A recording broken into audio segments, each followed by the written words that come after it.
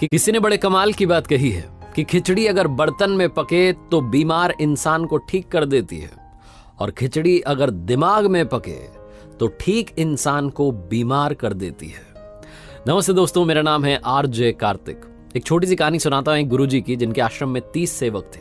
30 लड़के थे, वहां सेवा करते थे, ध्यान करते थे, गुरुजी से शिक्षा लेते थे।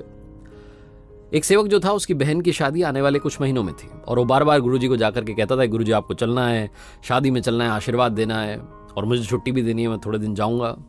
तो गुरुजी कहते थे, तुम्हें जाना है तुम जाओ, मैं नहीं चलूंगा, मैं नहीं जाता हूँ शादियों में, और मेरा आशीर्वाद हमेशा तुम्हारे साथ है। वो सेवक बार बार ये बात करता था घुमा फिरा करके। क्यों? क्योंकि उसे गुरुजी से मदद चाहिए थी। आश्रम में चढ़ावा आता था, उसे लगता था कि गुरुजी कुछ पैसे दे देंगे तो काम हो जाएगा, घर पर जाऊंगा, वैसे ही गरीबी में हम लोग जी रहे हैं, बहन की शादी अच्छे से हो जाएगी। लेकिन गुरुजी उस बारे में बात ही नहीं करते थे। फाइनली वो दिन आ गया जब इस सेवक को निकलना था। ये गुरुजी के पास गया आखिरी आज्ञा लेने के लिए कि प्रभु अब मैं जा रहा हूँ, मेरी बहन की शादी आपको तो पता ही है, आप भी चलिए। तो गुरुजी ने मना कर दिया, और ये हाथ जोड़ करके प्रणाम करके निकलने वाला था। गुरुजी ने कहा रुको, इसको लगा शायद अब मदद करेंगे, पैसे वैसे देंगे। गुरुजी ने इस लड़के को 5 अनार दिए, और इसके साथ में 2 और लड़के भेज दिए कि जाओ भाई, शादी में हाथ बटाना, काम अच्छे से करवाना। ये तीनों लोग वहां से निकले आश्रम से।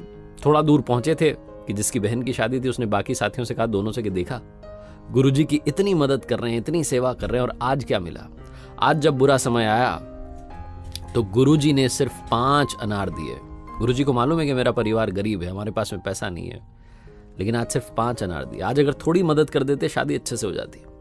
इसी सब बहसबाजी में वो कह रहे थे शिष्य कि नहीं, गुरुजी ने कुछ सोच करके ही दिया होगा, सब अच्छा हुआ, तुम चिंता क्यों करते हो, अच्छे से शादी होगी। वो चले जा रहे थे, एक गांव में पहुंचे।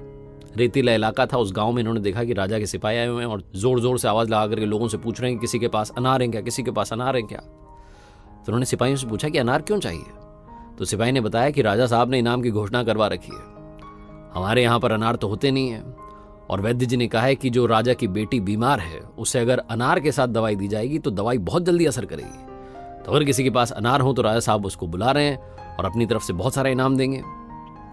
शिष्य के पास में 5 अनार थे, गुरुजी ने दिए थे, सिपाही के साथ चला गया। महल में पहुंचे, जाकर के वो 5 अनार दिए, राजा की बेटी ठीक हो गई। राजा ने खुशी खुशी बहुत सारा इनाम दिया, बहुत सारे पैसे, सोने चांदी के आभूषण सब दे दिए कि जाओ जाकर के अपनी बहन की शादी धूमधाम से करो। इस शिष्य की बहन की शादी धूमधाम से हुई, और जब बहन विदा हो रही थी, जब वो उसने देखा कि बहुत शानदार तरीके से शादी हुई है, तो इसको गुरुजी याद आ रहे थे।